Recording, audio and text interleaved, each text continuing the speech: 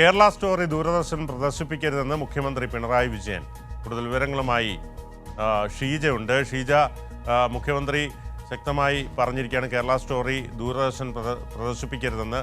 എന്തൊക്കെയാണ് കൂടുതൽ വിവരങ്ങൾ? ലക്ഷ്യമാക്കി നിർമ്മിച്ച കേരള സ്റ്റോറി എന്ന സിനിമ അത് പ്രദർശിപ്പിക്കുമെന്നുള്ള തീരുമാനം ദൂരദർശൻ അടിയന്തരമായി പിൻവലിക്കണമെന്നാണ് മുഖ്യമന്ത്രി പിണറായി വിജയൻ ആവശ്യപ്പെട്ടിരിക്കുന്നത്.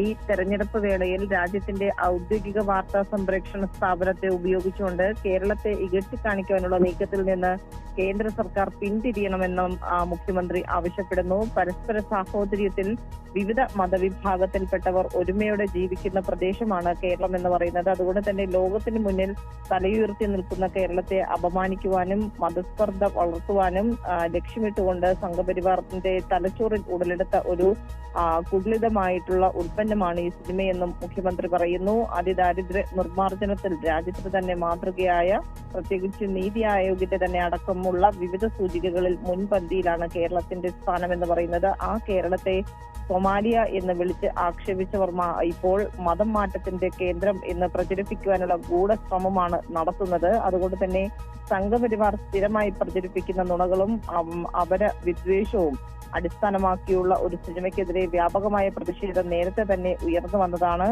ഈ സിനിമ അത് ഏപ്രിൽ 5 സംപ്രേഷണം ചെയ്യുമെന്നുള്ള അറിയിപ്പ് കേരളത്തെ ആകെ അധിക്ഷേപിക്കുന്നതിന് തുല്യമാണെന്ന് മുഖ്യമന്ത്രി പറയുന്നു. വർഗീയ ധ്രുവീകരണത്തിനായി നടത്തുന്ന ഇത്തരം വിധ്വംസക നീക്കങ്ങളെ മതനിരപേക്ഷ കേരളം ഒറ്റക്കെട്ടായി പ്രതിരോധിക്കും എന്ന് തന്നെയാണ് മുഖ്യമന്ത്രി വ്യക്തമാക്കുന്നത്. ഏതായാലും BJP സ്ഥാനാർത്ഥികൾക്കായി വർഗീയ പ്രചാരണം നടത്താനുള്ള ഏജൻസിയല്ല ദൂരദർശൻ എന്നും മുഖ്യമന്ത്രി ഓർമ്മിപ്പിക്കുന്നു.